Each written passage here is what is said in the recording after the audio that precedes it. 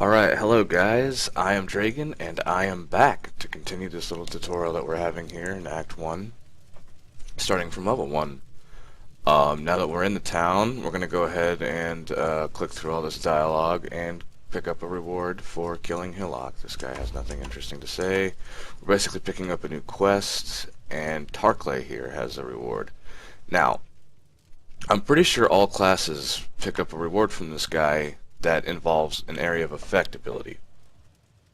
And you should probably pick that up for this next area, because as a low-level character you're going to attack really slow, and you want to attack more than one character if you're going to attack that slow. So for the Templar, actually has two. He can use Ground Slam, or he can use Ice Nova. I'm looking at my gear. I could get both of those. I told you I was going to give you a look at spells as well as melee stuff, so I'm going to go with Ice Nova to show you guys what that looks like. And it goes right down here on your to cast list. This is your middle mouse button. I am not a big fan of the middle mouse button. I am going to put Ice Nova on Q. So now we have our AoE ability. We got our reward. Inventory is... Oh! That's right. There's one more thing you should do. With these 3 scrolls of wisdom you have, since they are the currency in the game, one of the methods of payment is come up here to Nessa, and you can purchase Coral Ring. These are very, very important for low levels. If you feel like you're not very good at the game, or if you feel like you need a boost, like I only have 67 health right now, and I'm a Templar, which should have quite a bit of health. So you want to use your 3 scrolls of wisdom on a coral ring and get 25 life. Or, you know, that goes up to 30, so if you can find a better one, go for it. And then you put your ring on, my life spikes up to 92, which is amazing for low levels. It's a great buy, it's definitely worth it. And now we're going to come out into the terraces.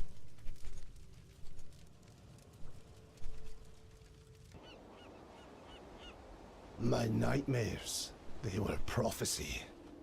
Yeah. Okay, so this guy wants to talk a lot. Alright, so now we're out in the terraces. The big thing to notice, to take note about here, like I told you to take care of this Ice Nova deal, this AoE attack.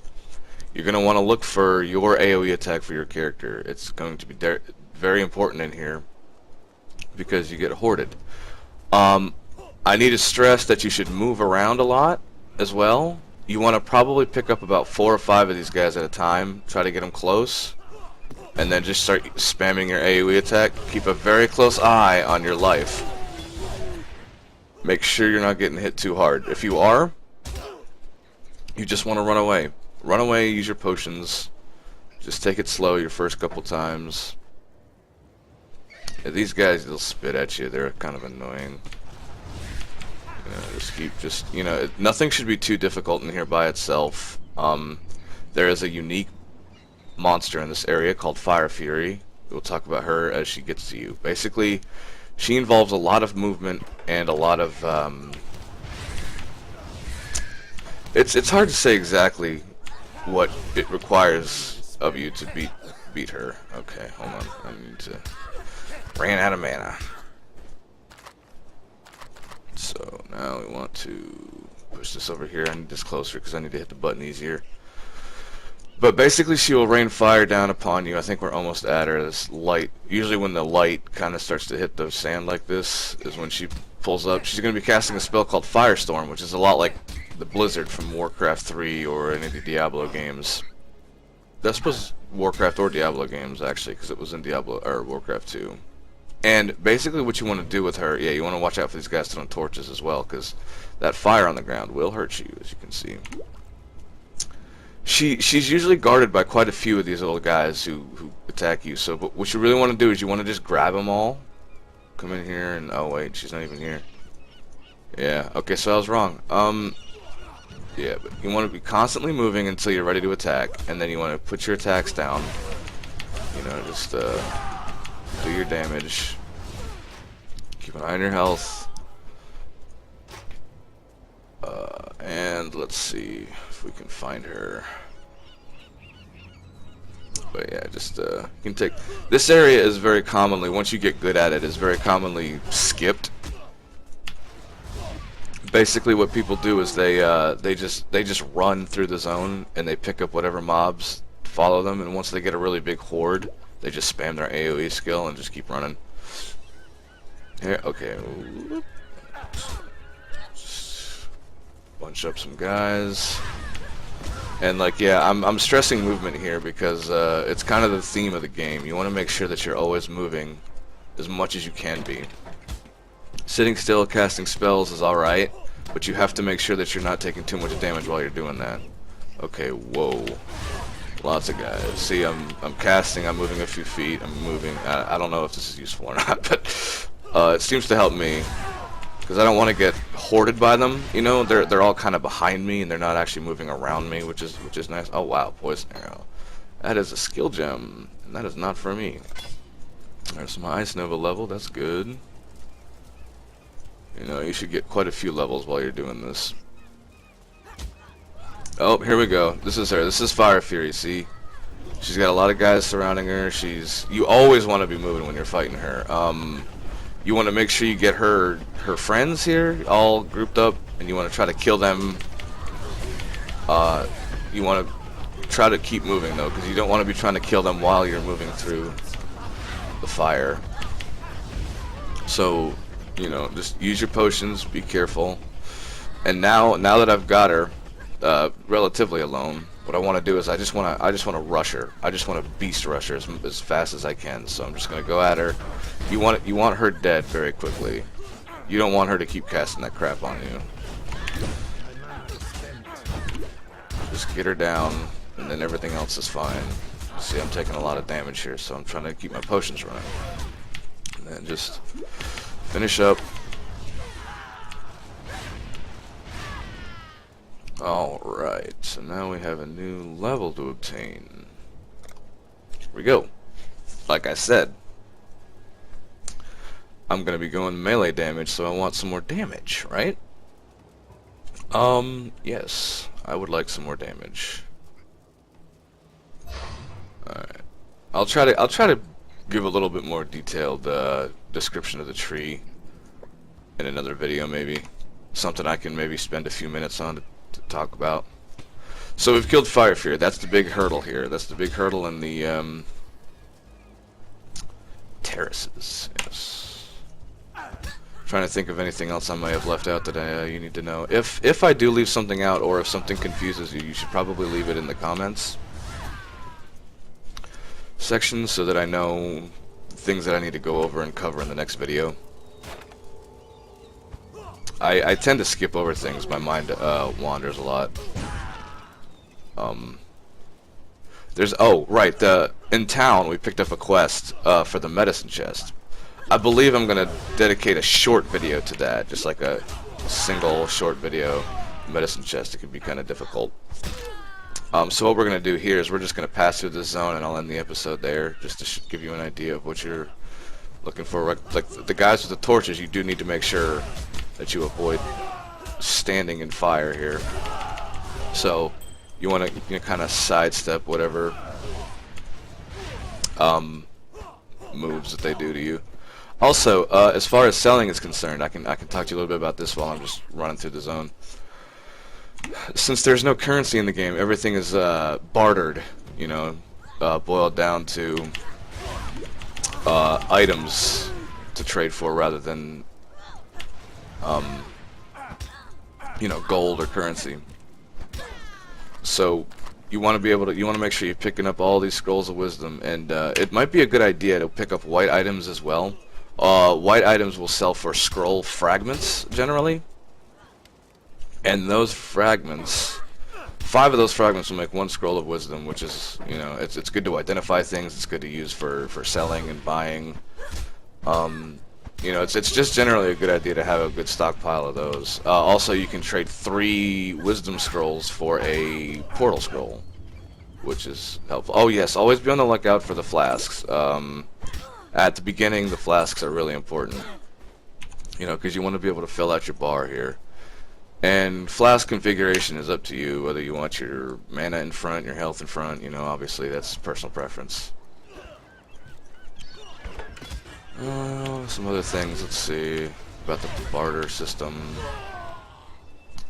Yeah, magical items and rare items together will both warrant a, they'll, you can sell them for different type of currency. They'll be, depending on whether if you identify them or not, they'll be shards of alteration, or I want to say shards of transmutation.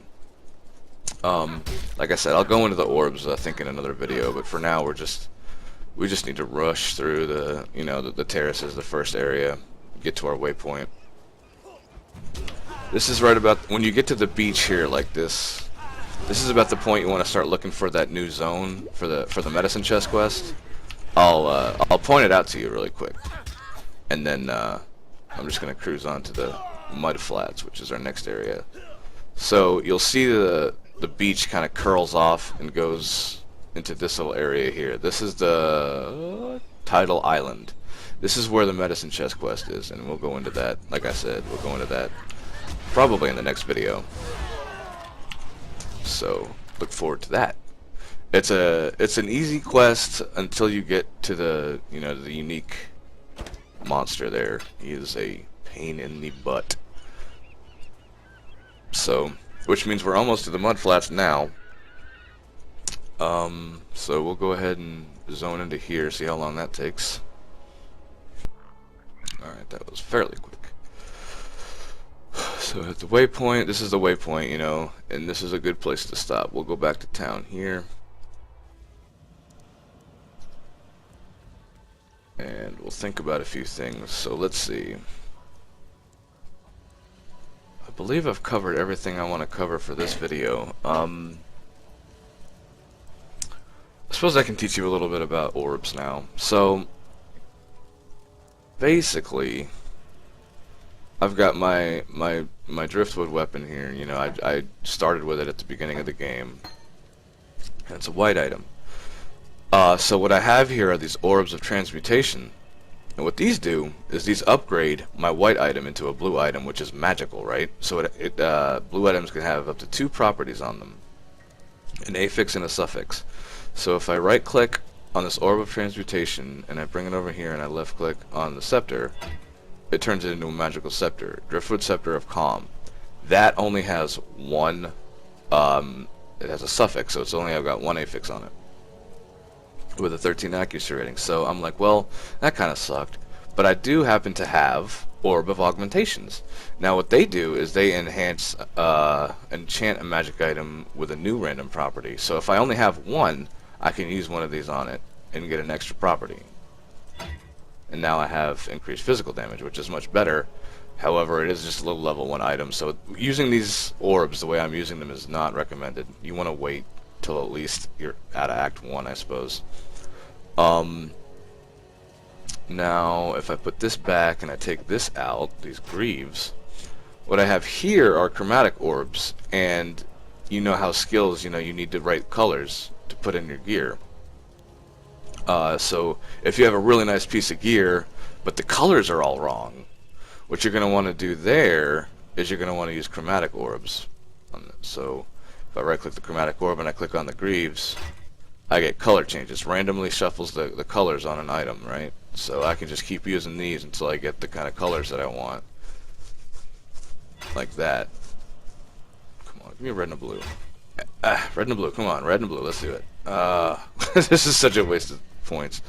I'm just doing, there we go, red and a blue. It's showing you how sometimes it can be really frustrating, sometimes it can go really quick. Regal orb, like, I'm not going to go into the more advanced orbs, but, you know, some of the basic ones are really nice.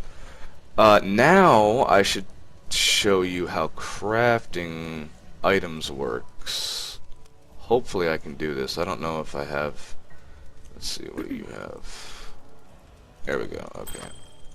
So a very important item you're going to need, so you should do this as early as you can, or as soon as you can, Before the end of this act, we are going to need cold resistance, which are these rings here, these sapphire rings.